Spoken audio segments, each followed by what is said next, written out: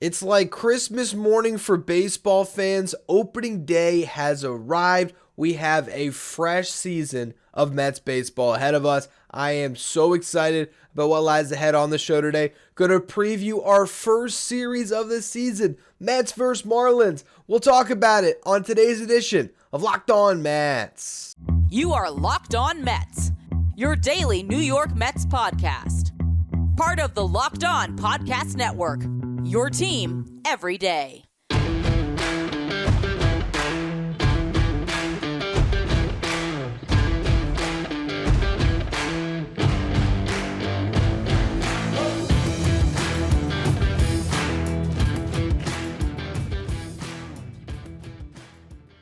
Hello to all you amazing Mets fans. You're watching Locked On Mets, part of the Locked On Podcast Network, your team every day. I'm your host, Ryan Finkelstein. If you want to find any of my work, follow me on Twitter at FinkelsteinRyan. You can also find some of my writing at justbaseball.com, where I work as the managing editor. It has arrived, opening day. Nothing is better. Mets baseball is back. A fresh slate. 162 games that we get to watch over the coming months. It's just the best day of the year, or at least one of the best days. It really doesn't get any better. There's so much optimism in the air, and guess what? Here's the best part about this opening day. It's the opening day for a championship season, because today is that time where we can dream about what can be, and I'll tell you what, I know that certain things can get you down as a fan. Edwin Diaz goes down in the World Baseball Classic. That stings. Prior to that, you thought Carlos Correa was going to be a Met. Guess what? He's not. But what we still have this season and moving forward is a franchise with an owner that's not going to be denied. And whether or not the Mets do fulfill that prophecy and win a World Series this year, what we know is we're going to have a fun summer. What we know is there's going to be a journey to follow. And as much as you can be pessimistic and think about past years that didn't work out, I look at the season we just got to enjoy. A season that was the second best regular season in franchise history. A season where the Mets won a lot more series than they lost. A season where they had a pretty similar cast of characters to what you're looking at right now. And, you know, I know that when you dream about a Correa, or when you think about a top prospect being in this starting lineup, or when you think back to having a Jacob deGrom on your team and no longer do you have the homegrown ace, you can lead into that area of pessimism. But what I'd like you to do this open day is look up and down this roster at all the players the Mets do have. The fact that they still have Francisco Lindor as the starting shortstop, arguably the best shortstop in the game, as they have a guy who's playing next to him who just won a batting title in Jeff McNeil. They have the guy that's led the league in runs batted in since he made his debut, Pete Alonso. No one is better at producing runs and putting digits on that scoreboard than Pete. When you look in the outfield, you had three guys last year, that put up well above average seasons, and that includes Mark Canha.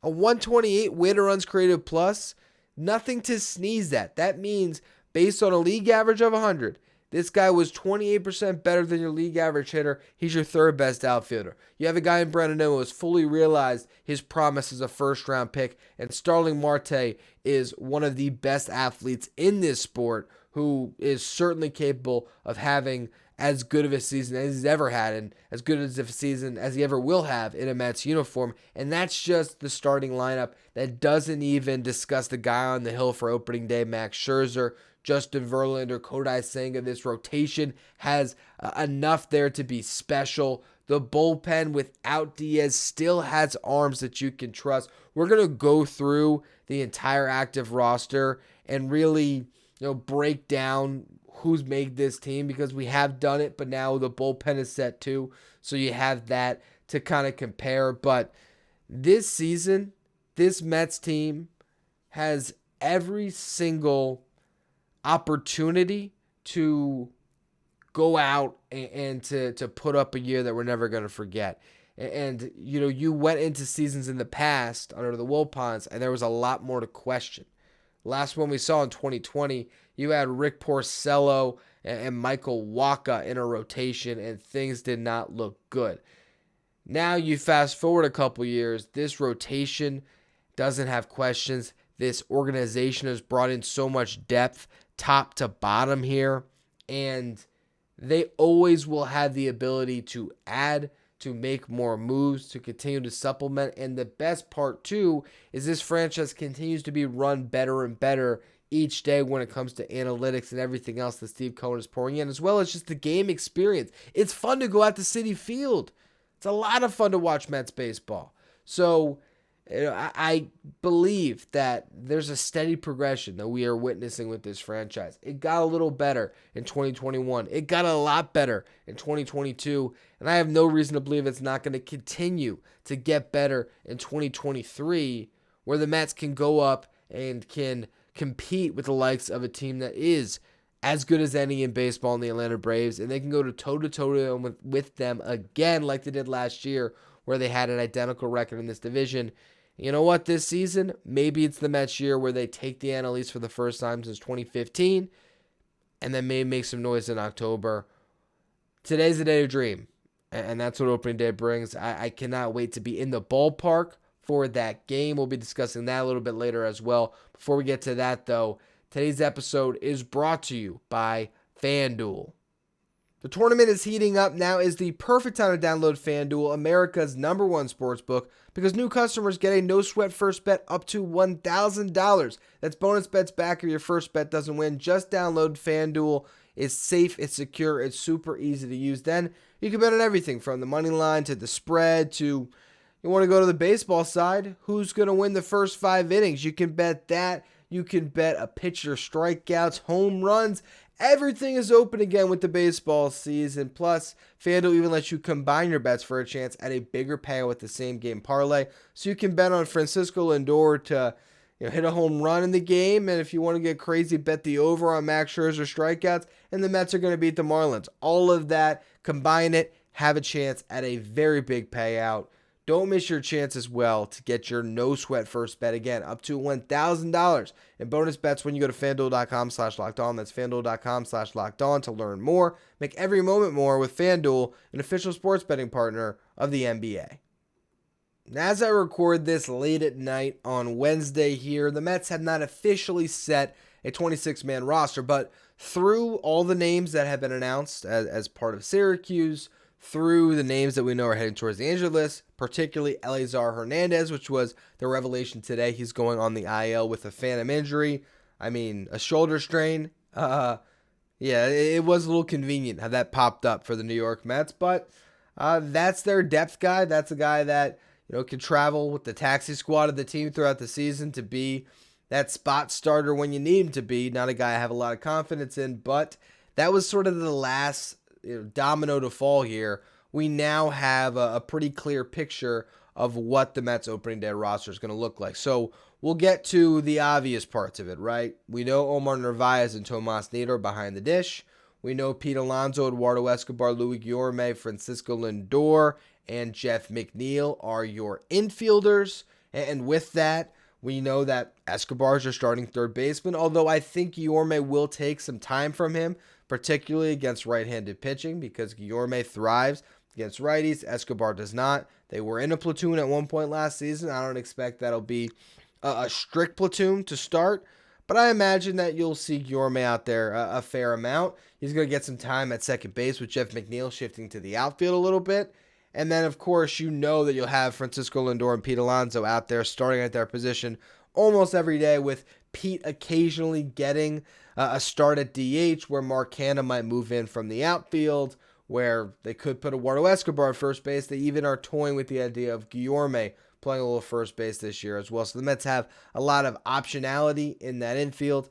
The outfield, you got Canha, Marte Nimmo, and Tommy Pham, as well as Tim LeCastro, going to make this team. Daniel Vogelback is your DH against right-handed pitching. Tommy Pham going to be your DH against left-handed pitching, most likely on most days, I should say. And then, of course, Tim LeCastro is your speed guy, and I think he brings a lot of value coming off that bench, swiping bases, especially with Daniel Vogelback still on this roster, a guy that he draws a walk in the later innings, you want a speedster to go out there and swipe a base, and he also can swipe a base for really anybody late in the game, and a guy that is familiar with the pitch clock, with the expanded bases, should allow him to have a lot of success in that department this season. Starting rotation, it's going to be Scherzer, Peterson as the two, but not really, just based on how they are lining it up. That allows Justin Verlander to start the home opener, Kodai Senga, your fourth starter, but really your third. Carlos Carrasco rounding out that rotation. The bullpen, David Robertson, likely your closer. Adam Ottavino, going to be the setup man. Brooks Raley to get some high leverage spots and to be the lefty out of the pen. Drew Smith, he'll be pitching a high leverage this year. Tommy Hunter, he was secured a roster spot pretty early when context of opening day. They announced that they were picking up his contract, signed on a minor league deal. He's part of the bullpen after a fantastic spring, and he's just been really amazing ever since he put on a Mets uniform, right? So that's your five, I guess, that you're trusting the most. John Curtis is right there as well, and I believe he will make this team now. So that was a decision that had to be made. It was down to him and Hernandez, it seemed like. Now that Hernandez is starting the year on the IL, we pretty much know what the move is there. Now, the last two pieces of this bullpen should be Dennis Santana, the guy they just picked up. Good slider on him, but we don't know much else, and he hasn't had too much success in his career. We'll see if the Mets can take that slider and turn him into a nice piece for them. You got him with no option. You have Steven Nogasek with no option. So those appear to be the guys that round out the bullpen. Starting on the injured list, you got Jose Quintana, of course, with that surgery he had on his rib. You have Steven Ridings, who is going to end up on the IL. You also have Bryce Montes de Oca. He's going to be on the injured list. And for a while, unfortunately, that he just had surgery to remove some loose bodies in his pitching arm, his elbow. They're saying you probably won't see him until August. So that is some pretty bad news for the Mets, a bullpen that you don't want to take another hit, but they have. Finally, you have Sam Coonrod, who apparently is also starting the year on the IL as far as I've read. So a lot of the bullpen arms have been affected, but hopefully the Mets can ride that storm, and I think they still have enough guys to make it all work and to get through this season. And they're going to be carried by that starting pitching ultimately. You need to get length from your starters to feel good about the bullpen that could be short an arm. And we'll see if that's something they ever address, or if a Nogasek steps up. If John Curtis, I think I have a lot of high hopes for him stepping up. So we'll see how they piecemeal it all together. But for now, this is a talented roster. There's no reason to go into this season pessimistic about the talent level that is present in each facet: the starting lineup, the bench, the bullpen, the rotation, and to know what's on the horizon in AAA. Because you look at that lineup, which not only includes prospects in AAA like Mark Vientos, Brett Beatty, and Francisco Alvarez, but also is going to have a DJ Stewart, who had a great spring. It's going to have Danny Mendick, who had a great season last year before he tore his ACL.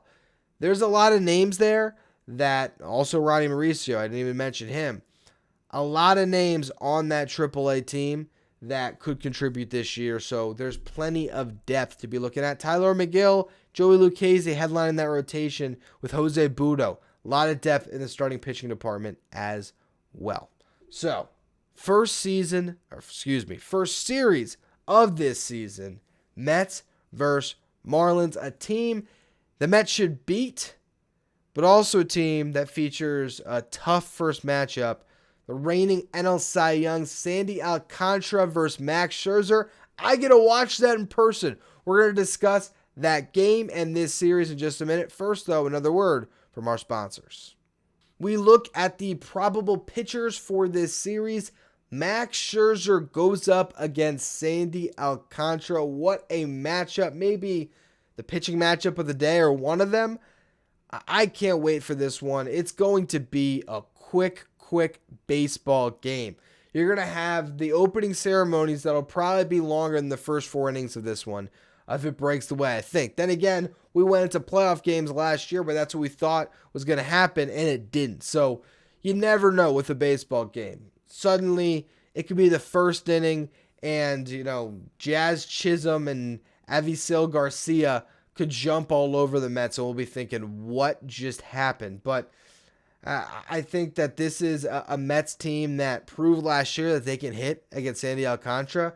Really, it was one of the few teams, them and the Dodgers, that really even got to him at all last season. So you feel good not going up against this guy, but knowing that you have gone up against him and have found success in the past. And you feel good that Scherzer can go up and can match zeros with anybody. So Scherzer can get you through 7 here without putting any runs on the board, and you work Sandy Alcantara and knock him out of the game and get into the belly of that Marlins bullpen. The Mets will have every chance to be successful. You look at the starting lineup you're going to be going up against for your Marlins that the Mets will be facing here. You got Jacob Stallings behind the dish, if not Nick Fortes. Garrett Cooper, going to be the everyday first baseman. Really the first time in his career he's really been given the keys like that. He's been a guy that's taken some time in the outfield. DH first base now. He's their starting first baseman. Luis Ariz is a new face. They got a batting champ. The Mets got a batting champ. Both of them playing second base. So that's going to be a little fun to watch throughout the season. Is Ariz going to contend for an NL batting title now? Is McNeil going to hold on to his crown? Something to watch. Gene Segura, another new face for the Marlins at third base. Joey Wendell, their starting shortstop. Miguel Rojas no longer with the team. The outfield, Jorge Soler, Avisail Garcia. Of course, Soler probably gets a good amount of time at DH this year. They got Jesus Sanchez, a guy that's got a lot of promise but has not really put it together. Brian De La Cruz is actually a really good hitter. I like him a lot. He's a guy that, doesn't really get all the opportunities I feel like he should playing for a team like that. But ultimately, I think you'll see him starting in the second game against David Peterson as a right-handed hitter. Jazz Chisholm out in center field, that could be an adventure for the Marlins this year. So for the Mets, feel pretty good about hitting the ball into the gaps and seeing what happens, or flaring some out to center. I don't know how good Jazz Chisholm's going to be. He hasn't looked good early on this season. Things haven't looked good for Avisail Garcia either. So, this is a team that the Mets are clearly better than them. They've gotten better. They have Ariz and Segura, so that does give them some more MLB talent, but not enough where the Mets should be fearing the Marlins, even in a ballpark where at times it feels like the House of Horrors, because you just can't believe the Mets are losing to a team that is generally always inferior when it comes to the talent on the roster. So game 1 going to be the toughest task because you got to face Sandy.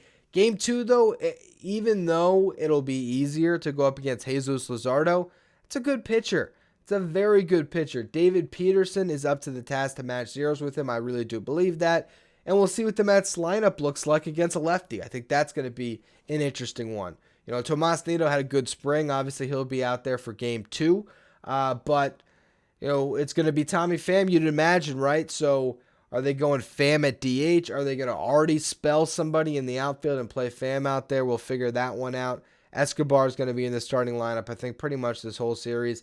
Maybe they pull him the third day I could see. I could see Guillorme starting at third base on Saturday with Edward Cabrera on the mound for the Marlins in a game where Justin Verlander is pitching. Maybe you think Verlander is going to get some ground balls, so you go that route. I could certainly see that. But the Mets are going to mix and match and see what works for them. Ultimately, it's going to come down to that front six, really. It's going to come down to what you get from the Brandon Nimmo, Starling Marte, Francisco Lindor, Pete Alonso quartet with Jeff McNeil, of course, factoring in a big way. And Daniel Vogelbach most days at DH. I think that 6 is going to be capable of putting up some runs. And against this Marlins team, I think you really only have to put up 3 or 4.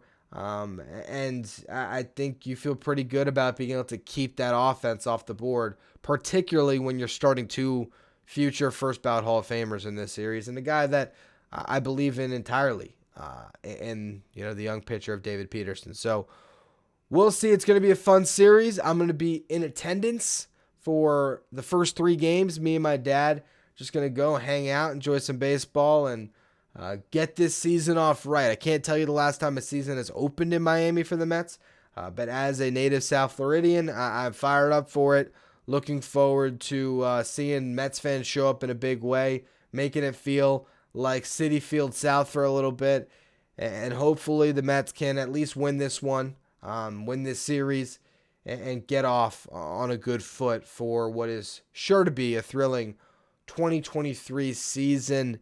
I will be breaking down everything that happens on Friday's show, so make sure you tune into that. As always, thank you for listening. Make sure you follow, rate, and review wherever you get your podcast. Make sure you follow me on Twitter, at Finkelstein Ryan. Follow the show, at Locked On Mets. Thank you for making Locked On Mets your first listen every day. Now for your second listen, check out Locked On Fantasy Baseball. It's where you want to go to stay up to date with everything going on in the game of fantasy. Keep yourself ready to win your leagues this year. You can check out Locked On Fantasy Baseball wherever you get your podcasts, on YouTube, part of the Locked On Podcast Network, your team every day.